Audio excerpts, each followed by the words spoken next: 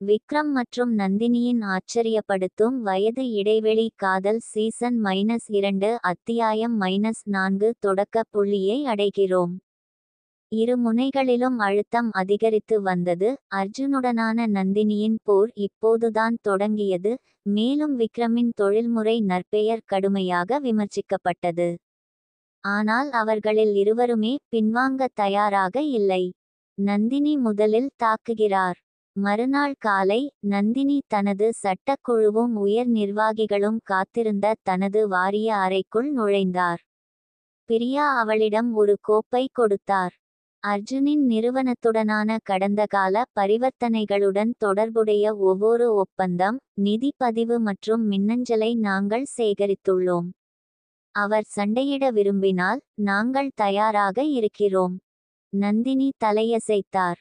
சரி, அதிகாரப்பூர்வ அறிக்கை வெளியிடப்பட வேண்டும். எங்கள் நிறுவனம் வலுவானது.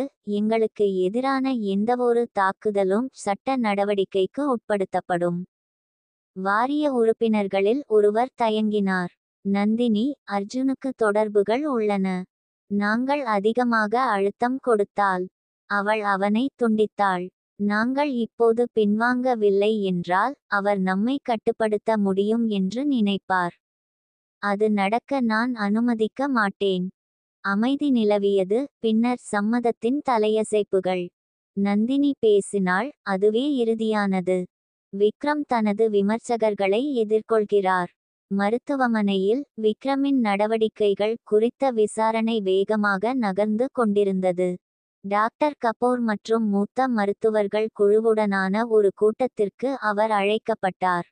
அவர்களில் ஒருவரான டாக்டர் சர்மா முன்னோக்கி சாய்ந்தார். டாக்டர் விக்ரம், அறுவை சிகிச்சைக்கு தனிப்பட்ட முறையில் நிதியளிக்கும் உங்கள் முடிவு வழக்கத்திற்கு மாறானது. சிலர் அதை தொழில்முறை தீர்ப்பை விட உணர்ச்சிபூர்வமான குறுக்கீடு என்று பார்க்கிறார்கள். விக்ரம் அமைதியாக இருந்தார். நான் ஒரு குழந்தையின் உயிரை காப்பாற்றியிருக்க வேண்டுமா என்று நாங்கள் விவாதிக்கிறோமா? டாக்டர் சர்மா முகம் சுளித்தார். அது முக்கியமல்ல. மருத்துவமனை பாரபட்சமற்ற தன்மையை கடைபிடிக்க வேண்டும். ஒவ்வொரு மருத்துவரும் தனிப்பட்ட முடிவுகளை எடுக்கத் தொடங்கினால். விக்ரம் குறுக்கிட்டார். அவரது குரல் உறுதியானது. அப்படியானால் இன்னும் பல உயிர்கள் காப்பாற்றப்பட்டிருக்கலாம். டாக்டர் கபூர் தொண்டையைச் செருமிக் கொண்டார். விக்ரம், உங்கள் அர்ப்பணிப்பை யாரும் கேள்வி கேட்க மாட்டார்கள். ஆனால் விதிகள் உள்ளன. விக்ரம் தனது பார்வையைச் சந்தித்தார். உயிர்களை காப்பாற்றுவதில் விதிகள் குறுக்கிடும்போது அவை மாற வேண்டும். அமைதி நிலவியது. அவர் இவ்வளவு உறுதியாக தனது நிலைப்பாட்டில் நிற்பார் என்று குழு எதிர்பார்க்கவில்லை. ஒரு அமைதியான எச்சரிக்கை. அன்று மாலை நந்தினி தனது அலுவலகத்தை விட்டு வெளியேறும்போது அருகில் ஒரு கருப்பு கார் நின்றிருப்பதை கவனித்தாள். அவள் முதலில் அதை பொருட்படுத்தவில்லை. ஆனால் அவள் தன் காரில் ஏறியதும் அவளுடைய தொலைபேசி ஒலித்தது. தெரியாத எண். கவனமாக இரு, நந்தினி. சில சண்டைகள் மதிப்புக்குரியவை அல்ல. தொலைபேசியில் அவள் பிடி இறுக்கப்பட்டது.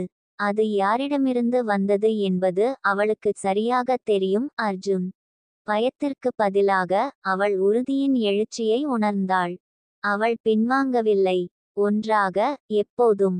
அன்றிரவு விக்ரமுடன் அவர்களின் பால்கனியில் அமர்ந்திருந்தபோது அவள் அவனுக்கு செய்தியை காட்டினாள். அவன் என்னை மிரட்ட முயற்சிக்கிறான். விக்ரமின் தாடை இறுக்கியது. அவன் வெற்றி பெற மாட்டான். அவள் லேசாக சிரித்தாள். நீங்களா? சந்திப்பு எப்படி நடந்தது? அவன் மூச்சை விட்டான். அவர்கள் என்னை ஒரு பெட்டியில் வைக்க முயற்சிக்கிறார்கள். ஆனால் நான் பொருந்த மாட்டேன். அவள் அவன் கையை பிடித்தாள். அப்போ நாம சண்டை போட்டுக்கிட்டே இருப்போம். விக்ரம் அவள் நெற்றியில் முத்தமிட்டான். ஒன்றாக. இரவு வானத்தின் கீழ் அவர்கள் அமர்ந்திருந்தபோது போர் இன்னும் முடிவடையவில்லை என்பதை அவர்கள் அறிந்தார்கள். ஆனால் அவர்கள் ஒருவருக்கொருவர் இருக்கும் வரை எதையும் எதிர்கொள்ள முடியும். விக்ரம் மற்றும் நந்தினியின் வாழ்க்கையைச் சுற்றியுள்ள பதற்றம் உச்சத்தை எட்டியது. அவர்கள் நடத்தி வந்த போர்கள், அர்ஜுனுக்கு எதிரான நந்தினி, மருத்துவமனை நிர்வாகத்திற்கு எதிரான விக்ரம், இனி வெறும் தொழில்முறை அல்ல. அவை தனிப்பட்டவை. அர்ஜுனின் அடுத்த நடவடிக்கை. மறுநாள் காலை நந்தினி தனது அலுவலகத்திற்குள் நுழைந்தாள், அன்றைய தினத்தை எதிர்கொள்ள தயாராக. ஆனால் அவள் அமர்ந்தவுடன் பிரியா உள்ளே விரைந்தாள், அவள் கண்களில் பீதி. மேடம், அர்ஜுன் ஒரு பத்திரிகையாளர் சந்திப்பை நடத்தினார். நந்தினி கண்களைச் சுருக்கினாள். அவன் என்ன சொன்னான்? பிரியா அவளிடம் ஒரு டேப்லெட்டை கொடுத்தாள். அவன் உன்னை நிதி முறைகேடு செய்ததாக குற்றம் சாட்டுகிறான். நீ நிறுவனத்தின் நிதியை தனிப்பட்ட செலவுகளுக்கு பயன்படுத்தியதாகவும் அதை மறைக்க போலி ஆவணங்களை தயாரித்ததாகவும் அவன் கூறுகிறான். வீடியோவை இயக்கும்போது நந்தினியின் இரத்தம் கொதித்தது. அர்ஜுன் பத்திரிகையாளர்களின் முன் அமர்ந்து பாதிக்கப்பட்டவரை பார்த்து கொண்டிருந்தார். இது வெறும் வணிகத்தை பற்றியது மட்டுமல்ல என்று அவர் கூறினார். இது நெறிமுறைகளை பற்றியது. நான் பல வருடங்களுக்கு முன்பு நந்தினியுடன் கூட்டு சேர்ந்து அவளை நம்பி இருந்தேன், ஆனால் இப்போது நான் கண்டுபிடித்தது மிகவும் தொந்தரவாக இருக்கிறது. முதலீட்டாளர்கள் உண்மையை அறியத் தகுதியானவர்கள். நந்தினி டேப்லெட்டை கீழே போட்டாள். அவன் என்னை அழிக்க முயற்சிக்கிறான். பிரியா விழுங்கினாள்.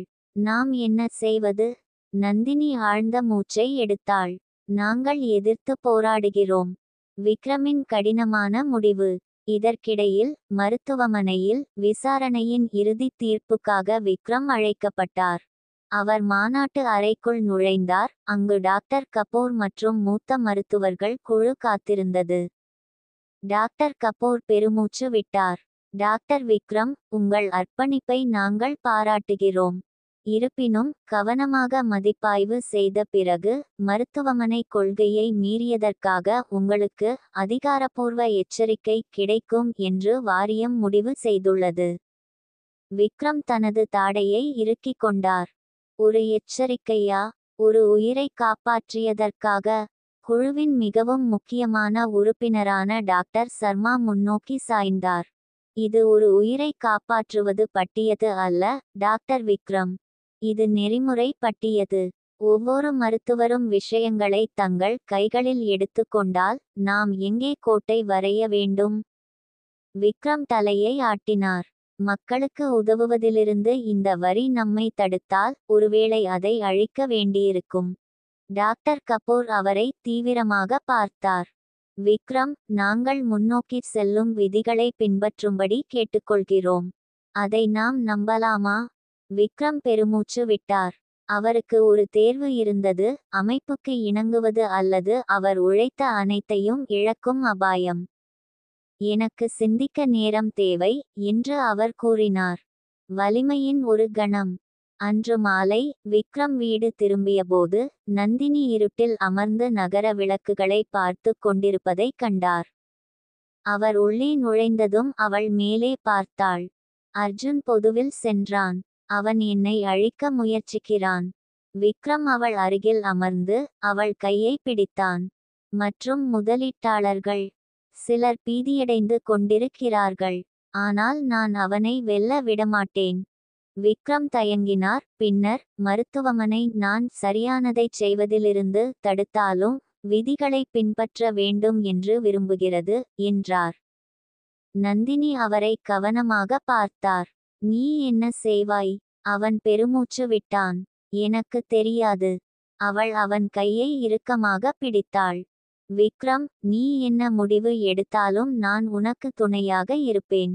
அவன் அவள் பக்கம் திரும்பினான். அவன் கண்கள் அன்பால் நிறைந்தன. நான் உனக்கு துணையாக இருப்பேன். எப்போதும். அவர்கள் ஒருவரையொருவர் தாங்கி பிடித்தபோது இது அவர்களின் வாழ்க்கையின் போராட்டம் என்பதை அவர்கள் அறிந்தார்கள். ஆனால் ஒன்றாக அவர்கள் ஒரு வழியை கண்டுபிடிப்பார்கள்.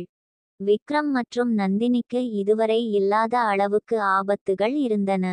அர்ஜுனின் பொது குற்றச்சாட்டுகள் அவரது தொழிலை அச்சுறுத்தியதாலும் மருத்துவமனை வாரியம் விக்ரமுக்கு இணங்க அழுத்தம் கொடுத்ததாலும் இருவரும் ஒரு குறுக்கு வழியில் நின்றனர். இப்போது அவர்கள் எடுத்த தேர்வுகள் அவர்களின் எதிர்காலத்தை வரையறுக்கும். நந்தினியின் பொது பதில். மறுநாள் காலை நந்தினி ஒரு திட்டத்துடன் தனது அலுவலகத்திற்கு வந்தாள். அர்ஜுனின் பொய்களை மேலும் பரப்ப அவள் விடப் போவதில்லை. பிரியா, இன்று ஒரு பத்திரிகையாளர் சந்திப்பை திட்டமிடுங்கள். பிரியா தயங்கினாள். உங்களுக்கு உறுதியாக இருக்கிறதா? ஊடகங்கள் ஏற்கனவே அர்ஜுனின் கூற்றுகளை விழுங்கிவிட்டன. நந்தினியின் கண்கள் உறுதியால் எரிந்தன. அப்படியானால் நான் பதிவை நேராக்க வேண்டிய நேரம் இது. சில மணி நேரம் கழித்து அவள் ஒளிரும் கேமராக்கள் முன் நின்றாள். நிருபர்கள் அவள் மீது கேள்விகளை வீசினர். நந்தினி ஆழ்ந்த மூச்சு எடுத்தாள். எனக்கு எதிரான குற்றச்சாட்டுகள் பொய்யானவை. அர்ஜுன் அதிகாரத்திற்காக இயங்குகிற ஒரு மனிதன். நான் கட்டியதை அழிக்க பொய்களை பரப்ப தயாராக இருக்கிறான். ஆனால் ஒன்றை தெளிவுபடுத்துகிறேன், நான் பயப்பட மாட்டேன். ஒரு நிருபர் கேட்டார், அர்ஜுன் போய் சொல்கிறான் என்பதற்கு உங்களிடம் ஆதாரம் இருக்கிறதா? நந்தினி சிரித்தாள். எனக்கு இருக்கிறது. நான் அதை நீதிமன்றத்தில் சமர்ப்பிப்பேன். அறை முழுவதும் மூச்சு திணறியது. அர்ஜுன் தவறு செய்துவிட்டான். அவன் அவளை குறைத்து மதிப்பிட்டான். விக்ரமின் பிரேக்கிங் பாயிண்ட். மருத்துவமனையில் விக்ரம் இன்னும் தனது முடிவுடன் மல்யுத்தம் செய்து கொண்டிருந்தான். அவர் அமைப்புக்கு அடிபணிய வேண்டுமா அல்லது தனது நிலைப்பாட்டில் நிற்க வேண்டுமா?